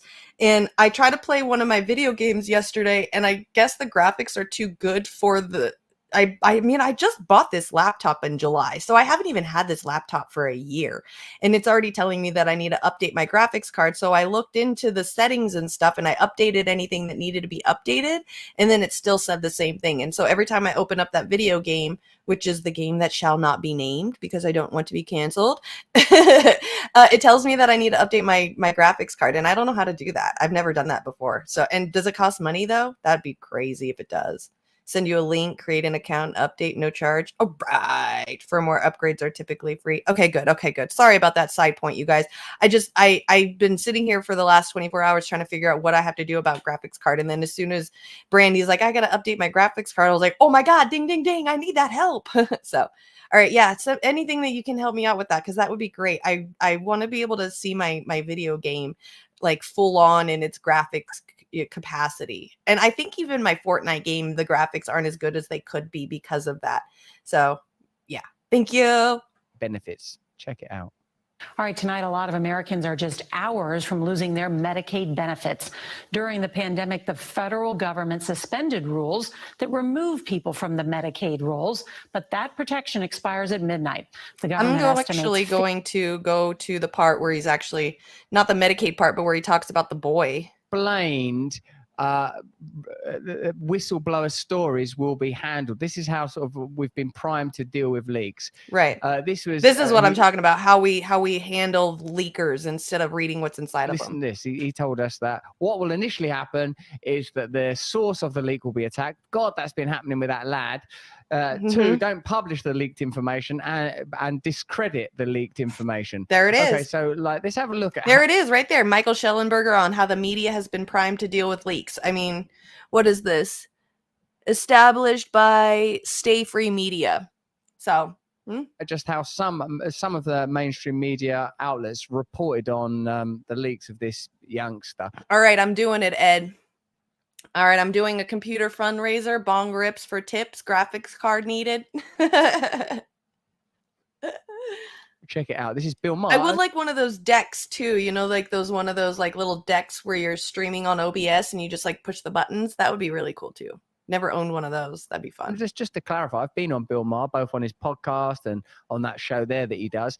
I like him. I think he's a nice person. But I was very surprised Sorry about by the way that cutoff. this story was reported on, because they didn't talk at all about the content of the leaks. They just talked about the guy himself, which seems sort of odd, because I feel like the Bill Maher real-time show is meant to be a kind of somewhat highbrow, analytical, idealistically driven show. But it's very surprising. Listen to the jokes that he made about the kid doing the leaks.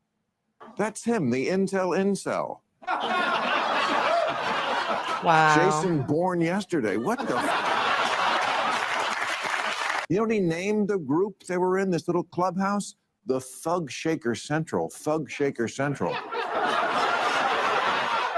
Also will be the name of his ass when he goes to prison.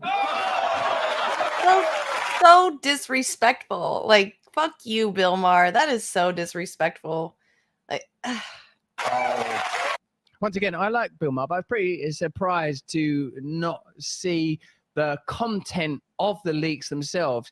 In particular, that apparently Ukraine are suffering pretty heavy losses, and privately the US believe that there will be no chance for a peace deal in the next year, and that Ukraine will never reclaim any of the lost territory. That seems to be significant information that's not being duly covered. It's about views, though, ultimately, isn't it? I mean, it's even like going back to the last story that we were talking about, you know, reporting on that healthcare thing. It doesn't get the same kind of views as with Trump, and yet you could totally argue that 15 million people losing healthcare, whichever side, whatever you kind of think of that, is a bigger story than whether Trump has got on a plane or not. And in this case, the bigger story is the revelations, not what that kid looks like. Have a look at no. And it's a mixture. It's a mixture of our what we have allowed our culture to become and what the mainstream media has forced our culture to become. We have become this generations of instant gratification, you know, quick videos, 10-second, 1-minute clips, you know, wham, bam, bam, bam, like one things after the next. And we've been so trained to do that, like that we're so drama filled and drama obsessed that people don't think about like, hey, let's watch, you know, I'd be more interested in, you know, watching something that has to do with, you know, my health than watching Trump playing.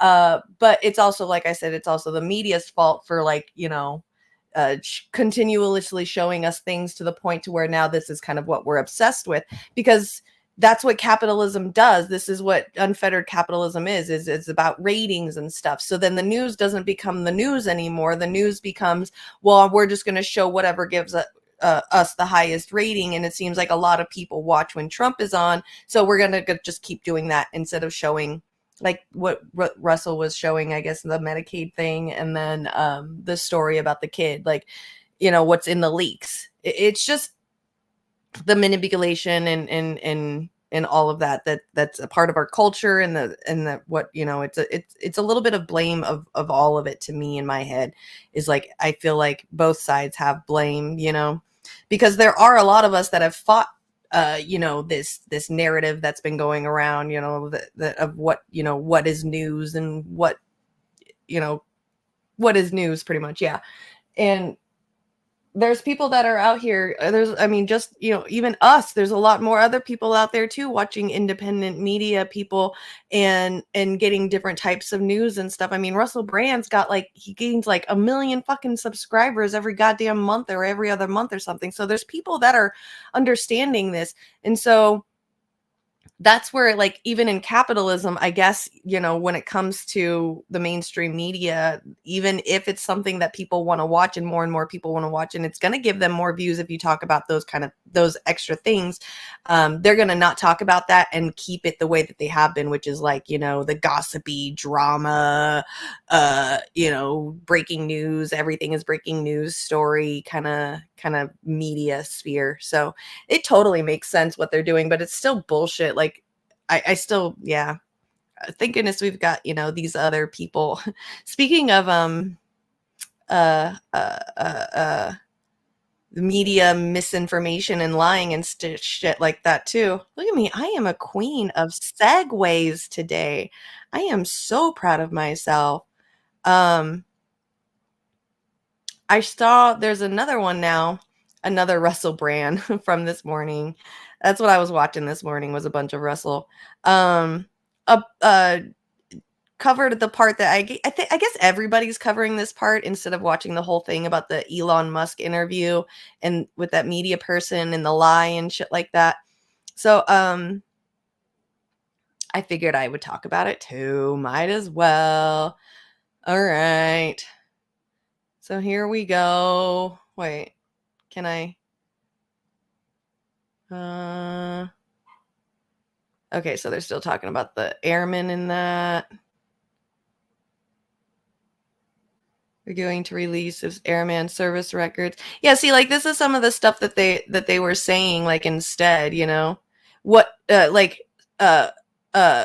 Brandy Vincent from Defense Scoop. What technologies is the Pentagon applying right now to both spot the leaked documents online and spot potential indicators of leaking type practices? Like that's all the media cares about is like what Russell was saying was like ass kissing the government instead of being a journalist, you know, asking the government, well, what about this in the leak? What about this in the leak? Instead of doing that, the media is going to the White House press briefing and asking them, what kind of protocols are you going to put in place to keep our internet secure from getting things like this leaked again?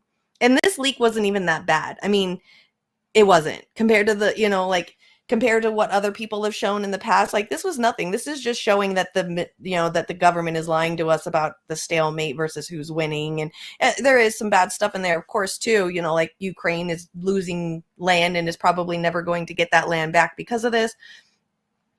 Ukraine's probably going to be done for as a country after this because, you know, the bombing is in their country. So, you know, we'll keep doing it in America because it's not, you know, our country, our land that's getting it. But it's just the crazy how the media goes around and is like, oh, well, what, you know, how are you going to spot potential indicators of leaking type practices? Like, how are you going to fix this in the future? Oh, so more punishment. Thanks, bro. I really appreciate that. So, okay, here's how else the media lies. This is great. I'm enjoying the mainstream media bagging we're doing today. This is kind of fun. You watched the entire New York press conference? Did you really? Yeesh. Yeesh. I couldn't imagine. I probably should. As state-affiliated media before changing the wording to government-funded media. The BBC and so Voice here's like of a little America. prequel thing of like, you know, NPR and PBS got labeled as state-affiliated media, which they do get subsidies from the government. So I don't understand how they're not. Were also tagged. We would not be able to make this fantastic. Oh, wait. He's gonna sell some shit to me. Or they don't say something like, wow, whatever you're doing, it's working, keep it up. Then you can return it for a refund. Keep He's your body still selling healthy. stuff. Or sees himself as an avatar for an advocate of truth. But Elon Musk simply says, who are the BBC? We've spoken to people very recently who were involved Oh, in. God damn it. I missed it. Damn it. I gotta like do it from where he's selling shit. Between Musk and this BBC reporter. The There we BBC go. reporter sees himself as an avatar for an advocate of truth. But Elon Musk simply says, who are the BBC? We've spoken to people very recently who were involved Let me go in run to the bathroom really moderation, and they just say there's not enough people to police this stuff, particularly around hate speech in the company. Is that something that you want to address? Talking about? I mean, you use Twitter, right? Do you see a rise in hate speech? The journalist wants to keep things general. Musk astutely makes it particular. And by making it particular, the guy's argument breaks down because he can't go, which wouldn't probably be that hard. Here are a bunch of tweets that I've personally seen that I find offensive. You know, it's not done his research because he doesn't really believe it because he's just been given a bunch of talking points to hit Elon Musk with. Not even bought a knife to a gunfight. He's bought an ice cream to a gunfight. Describe a hateful thing. Yeah, I mean, you know, just content that will solicit a reaction, something that may include something that is slightly racist or slightly sexist, those kinds of things. So you think if something is slightly sexist, it should be banned? No, Is that what you're saying? I'm not saying anything. I'm saying. I'm just curious. I'm trying to understand what you mean by hateful content. And I'm asking for specific examples. What's really important, and this applies to all aspects of the like Elon caught him. Sorry about that. Elon got him. Like, I'm sorry, but to me that seemed like a gotcha moment on Elon, you know, for the benefit of Elon. Like, this BBC reporter is going to sit there and, you know, ask you questions. Like, if you're a BBC reporter and you're going to ask questions to Elon Musk, I'm not for Elon Musk either, but if you're going to ask him questions about how Twitter is being handled and what you're starting to see more and more of, then you better have your anecdotal evidence. You better have something, that you've done a little bit of research on when it comes to, asking these questions, so you have a little bit of proof, especially with some kind of open-ended question like that. You don't think that Elon Musk is going to ask you for proof? Come on now.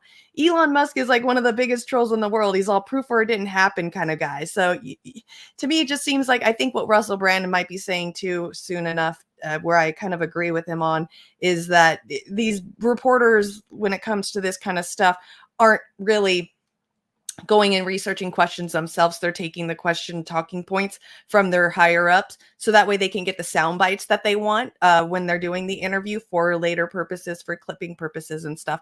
It's just crazy to me how we see like how you're fake manipulating examples and things like that, to where you haven't seen it yourself, to ask Elon Musk about it without any proof. But then when it comes to like a kid leaking something and you actually have the proof of it, the proof that, there's this like lying from the government to the regular people to keep wars going on, you don't even care what's inside of that. You just want to arrest the kid. But, it's a whole different thing when it comes to like, Elon Musk. And like I said, I'm not trying to defend Elon Musk either, but Jesus Christ, come on. Like, consistency would be nice. Story we're telling you today is, what do you focus on? Individuals like the 21-year-old kid that's made these revelations, or individuals that are saying racist stuff that they shouldn't be saying on Twitter? Or do you look at how these tools are being used by the powerful? That's much more important. Are you analyzing something that pertains to the movement of power? Ultimately, what's important and what's interesting is Twitter was being co-opted by the same centralist media interests that dude works for. He's not comfortable moving away from generalizations. He doesn't have particular and specific information. He's not willing to talk about how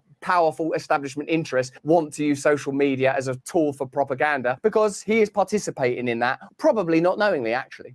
And you just said that if something is slightly sexist, that's hateful content. Does that mean that it should be banned? Well, you've asked me whether my feed, whether it's got less or more. I'd say it's got slightly more. That's why I'm asking for examples. Can you name one example? I honestly don't use. Honestly, I you don't. Can't name a single example. I'll tell you why. Because I don't actually use that For You feed anymore, because I just don't particularly like it. I don't even go on Twitter. I don't even like Twitter anymore. Shut up. Leave me alone. Those cars don't charge quickly enough. And actually, a lot of people are quite similar. I only look at my following. You said you've seen more hateful content, but you can't name a single example, not even one. The dynamic's changed now. Somebody was saying, yeah, I've got a note. I'm not coming to school tomorrow. Okay, let me see this note. Hold on a minute. It says here that you're feeling slightly sick. I don't even go to this school. I'm not sure I've used that feed for the last 3 or 4 weeks, and I then how did you see that hateful content? Because I've been using Twitter since you've taken it over for the last 6 months. Okay, so then you must have at some point seen the For You hateful content. I'm asking for one example. Right. You can't give us a one. And I'm saying I say, sir, that you don't know what you're talking about. Really? Yes, because you can't give a single example of hateful content, not even one tweet. And yet you claimed the hateful content was high. Well, that's a false. He just got owned. Totally just got owned.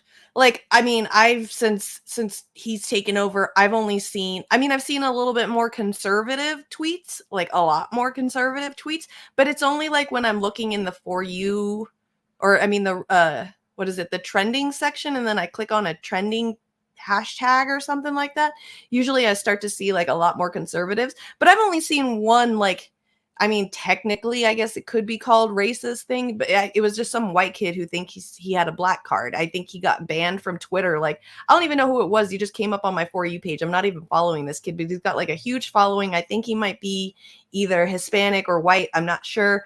But I guess he was banned. When I saw the tweet, I was like, whoa, okay. And so I opened up his Twitter to see like, who this person is. And it looked like from his tweets, he had gotten banned off of Twitter like year and a half ago or something.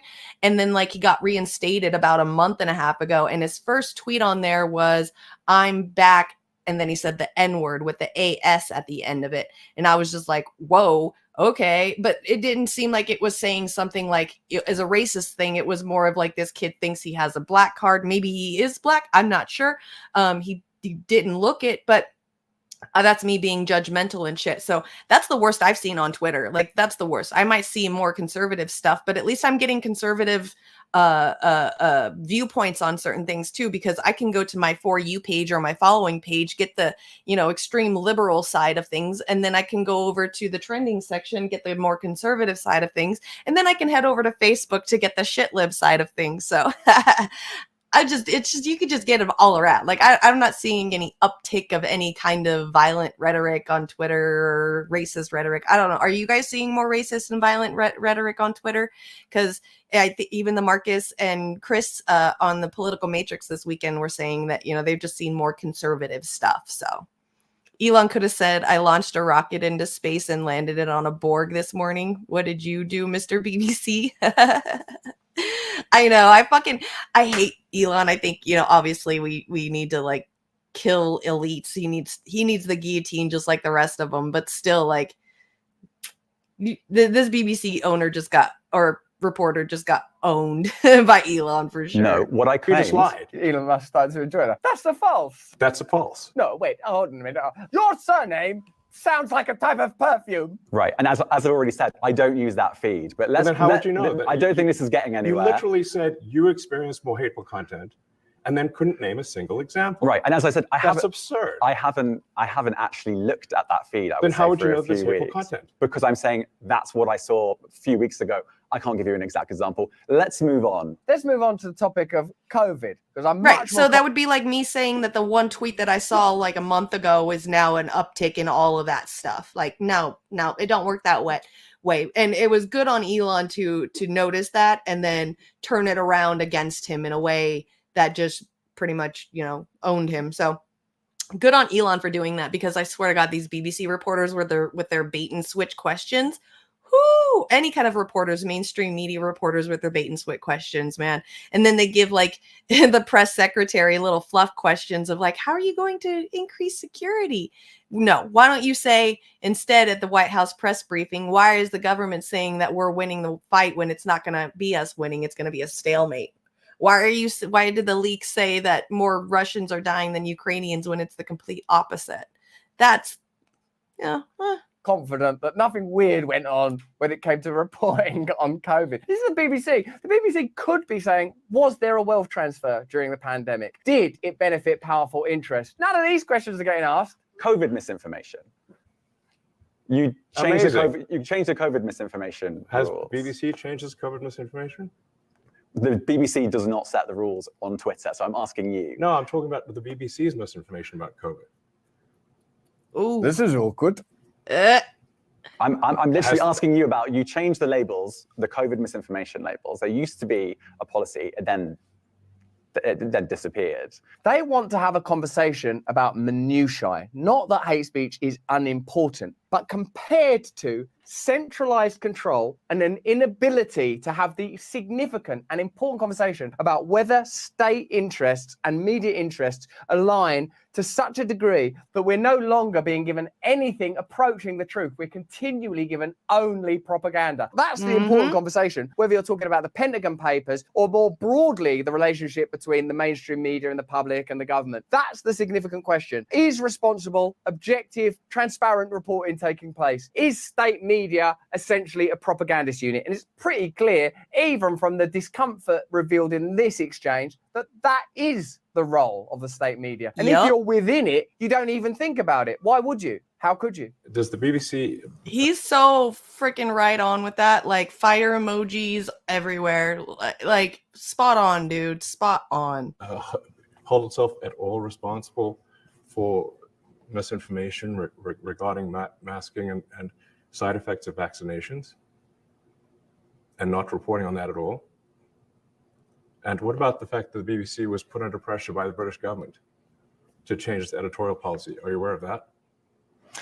This is not an interview about the BBC. Oh, you thought it wasn't? Here's Caitlin Johnston critiquing the relationship between the state and the media. The US State Department spokesperson, Ned Price, is being replaced by a man named Matthew Miller. Price is a former CIA officer and Obama administration National Security Council staffer who for years worked as an NBC News analyst, while Miller has previously had roles in both the Obama and Biden administrations and spent years as an analyst for MSNBC. The current press secretary, Karine Jean-Pierre, is a former analyst for NBC News and MSNBC, and the last press secretary, Jen Psaki, now has her own show on MSNBC. Yep. So the current press secretary, that lady with the cool hair, Karine Jean-Pierre, she used to be a former analyst for NBC News and MSNBC, and then the one right before her, Jen Psaki, is now a news reporter on MSNBC. So yeah, I mean, that's pretty much what happens. It's like it's a revolving door back and forth for the two. You know, you can be a press secretary and also work for the mainstream media, and then that's what bonds what he was saying, that thinking together of like being state-owned media and not even realizing that you're state-owned media is because the government just keeps revolving circular people from mainstream media as press secretary. And I'm pretty sure anybody that works as mainstream media, because usually as a news person, you're still trying to be like a type of celebrity. So this is the next step up for them. To them, they're like, upgrading. They're like, oh my God, I get to be like a celebrity press person for the White House itself. Like that's probably the ultimate goal. Kind of like, people who run for Congress and Senate and things like that. Their ultimate goal is usually to become president. I'm pretty sure somebody who starts off at some local news station dreams of one day becoming, a press secretary for the president. Yeah. I'm pretty fucking sure. And then that's when, like you're saying, that's when it gets to the point where we all just, us regular people, the civilians, start to believe what they say to us because there's no difference between how a government runs and how journalism is supposed to work because they're both in the same group. So we're just hearing, now it becomes from news to propaganda. Prior to her stint as White House press secretary, Psaki worked as a CNN analyst, and before that, she was a spokesperson for the State Department, like Price there you and go, Miller. Sherry. Lest you get the mistaken impression that this phenomenon is unique to Democrats and their aligned media outlets, it should here be noted that Trump's press secretary, Sarah Huckabee Sanders, got a job as a Fox News contributor immediately after resigning from that position, and now she's the governor of Arkansas. Another Trump. Yeah, that's totally fucking true too, right there.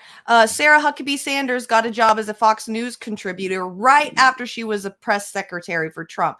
And now she's a governor for Arkansas. So you can't tell me that politics and mainstream media, news and stuff isn't in the same boat. They don't all work together. So you're working for the government, then you go work for the news, spew the government talking points, and then go back to the government. And then when you can't get into the government, you just go back to the news and spew more of government talking points. It's gross. From that position, and now she's the governor of Arkansas. Another Trump administration press secretary, Kayleigh McEnany, is now an on-air contributor to Fox News and previously worked for CNN. The man who allegedly leaked the Pentagon documents. And there you go. There's another proof right there that they're all in the same boat too, because that McEnany girl, she worked for CNN and Fox, and she was a press secretary. So you're telling me that now CNN and Fox hire the same type of person? McEnany, isn't McEnany a press secretary for Trump? So that means she was a conservative and she was working as a news anchor on CNN. Oh yeah, that sounds great. Tracked down and named by the New York Times even before his arrest by the FBI. The New York Times assembled a crew of a dozen reporters to hunt down the leaker. This job, typically undertaken solely by federal agents, was undertaken first by reporters from the mainstream press. When you're looking to diagnose what the relationship between the media and the state is, you can look at stories like this for indicators. The fact that the New York Times' response to these leaks was to send 12 reporters to track down the leaker rather than to analyze the content of the leaks shows you where their alliances are. Breaking news, we got a hell of a scoop. Apparently the government are lying to us about the Ukraine war and the nature of the funding and the likely outcomes. Oh my God, who made these leaks? Let's find them. Guys, get off of those stories about wealth transfer and lobbying and how both parties are funded by the same financial interest. There's a little boy telling the truth. You better track down that truth-telling son of a bitch fast. It's not even their job. They're meant to be reporting on it. Why are they tracking them down? That's the job of the FBI or the CIA or someone like that. I mean, who was that carried out the arrest of all the guns? New York Times, you're under arrest, you son of a bitch.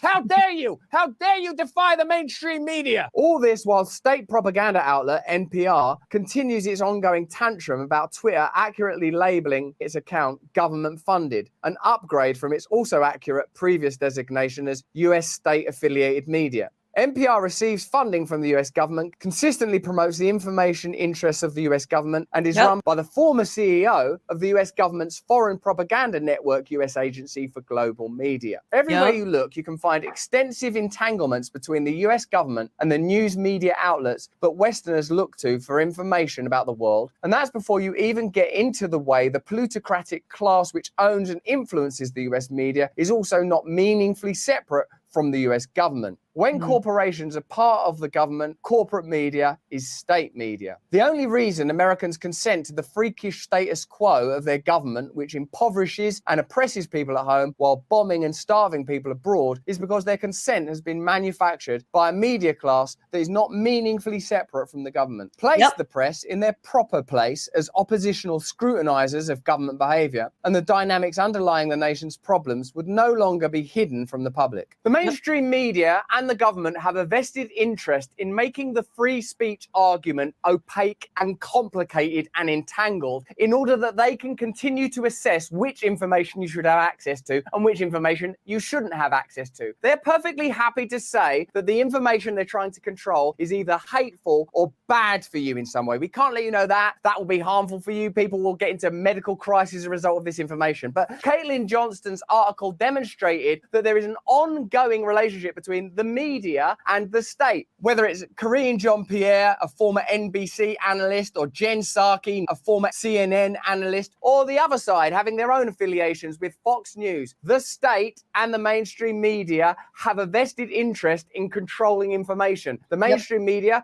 because that's where they generate their revenue from, that's how they capture your bulk data and package it and sell it. And the state, because if you have access to as much information as there is available, which is almost inconceivable these days, you will start to make decisions and make demands that are inconvenient for their ongoing agenda. So Elon Musk is perfectly right to point out that the BBC are culpable when it comes to misinformation, malinformation, and censorship. That you can't make accusations towards Twitter or TikTok unless you come from a place of moral authority. Unless you can say, we're the people that never lie. We're the people that are absolutely transparent. We're the people that objectively understand what's best and are operating entirely with an agenda to improve the world on your behalf. When you look at the last few years, when you see the transfer of wealth, when you see the way that the government regulate and legislate continually in order to advance elite interests, it's clear that they don't have your best interests at heart. When you look at how the media report, it's pretty clear that they have their corporate and commercial partners' interests at heart. What we have now is a complete absence of moral authority, both in government and the media. And when you have that void, it's perfectly reasonable that new and emergent voices and forces will start to fill it. And we're just at the beginning of something incredibly significant, because we know that the AI revolution is going to alter their ability to control information, to create new narratives, to censor.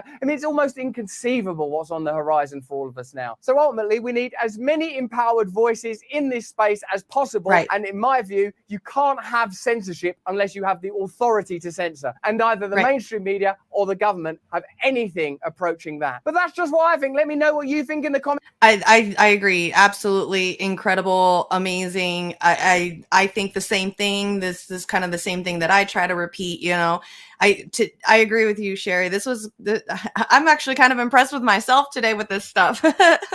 This was really, really good. I wasn't expecting to, when I was looking through all this stuff and going through everything, I wasn't expecting it all to kind of combine together to bring up a bigger, even bigger point to the 2-hour show today, which is kind of awesome. To, you know, open our eyes to kind of see, you know, like with the proofs, you know, the things, you know, like the other governments and other countries aren't the bad guys. Maybe we can try to open ourselves up and see things in a different perspective than what our media and government have been propagandizing us to believe is the only correct way to live. It's so hard for people to see a world outside of this like unfettered capitalism. When you ask regular people, they go around and say, well, this is just the way it is and there's nothing we can do about it. So one of my life goals when I first found out that this is how people are was to just what I call planting seeds in people's heads. You know, all you can do is plant a seed in somebody's head and wait for one day that it grows, you know. And when it comes to gardening and planting, it takes a lot of patience, it takes a lot of learning, it takes a lot of care, you know, and all of that. And I feel like every human being, there's the plant that needs to be you know, seeded inside of them to get them to kind of see. And I feel like that's all we can do until we've given it enough time for people to start opening their minds and letting the flowers or the plants bloom in their brains. And this, you know, this he did, you know, really good job at explaining that towards the end with all the rest of the stuff that I was saying. I'm really impressed with myself today. I was really good.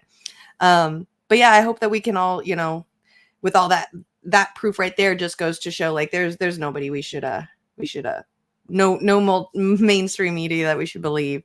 So, okay. I am almost out of time, y'all. So, what do we got going on this week? I got to open this up, check StreamYard. I know Willie's got a show coming up soon. April 22nd. Oh, okay. No, that's not for a couple of days. So, April 22nd, which is this Saturday. Okay. So this Saturday, it looks like Willie Braggs is going to be doing another show with us here at KRTD. That's going to start at 5 p.m. Pacific, so that'd be 8 p.m. Eastern. And then me and Warren are going to be doing our secret show, midnight Eastern, 9 Pacific. I think Warren said something on his YouTube today about not doing any more shows this week, or I think he's not doing a show today. Couldn't find anybody to interview or something.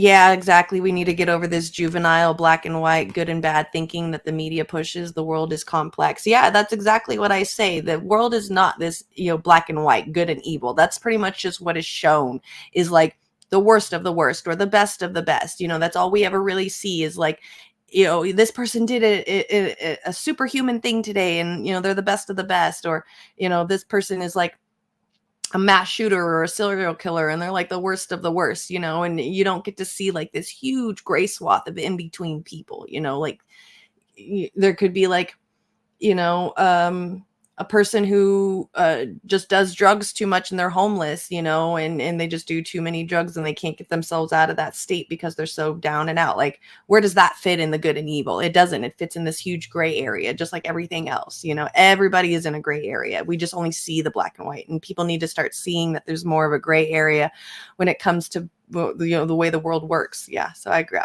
agree. I planted some seeds in your own head, but all it did was clog my ears. Thanks. Thanks. What else do we got this week coming up? I will be back tomorrow, of course, same time, same place as usual. I don't think I have anything else. Oh yeah, that's right. We do have a 420 show coming up in a couple of days. It's going to be on 420, right? Yeah. So that'll be Thursday. We haven't come up with a time yet for it. I don't think. I think we still need to come up with a time. But me and Joe, and we're trying to find some other people to come on to do kind of like a 420. Here, let me show it.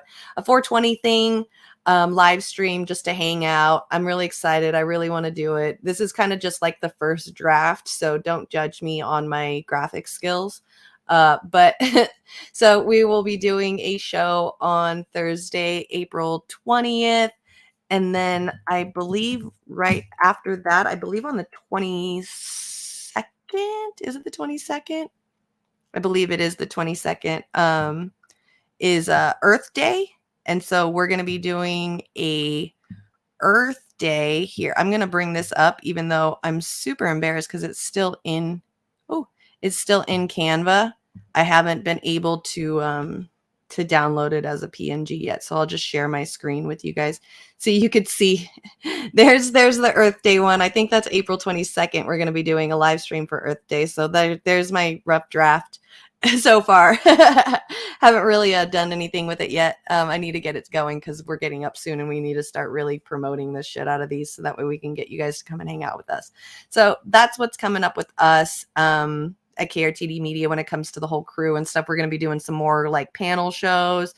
Shane's getting ready to get his, we're going to start getting his show started within the next month or two, which is going to be some more panel shows. I think he really enjoys doing the panel stuff. So we're going to give him that. That's what he loves to do. We want him to do what he loves here. So that's what's going to happen. So Earth Day, 420, we're going to be doing a 420 live stream. Yes, Earth Day. Yay.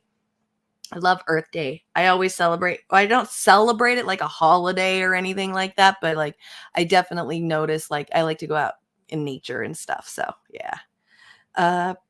Okay, I think that is it for today. Yay, we did it.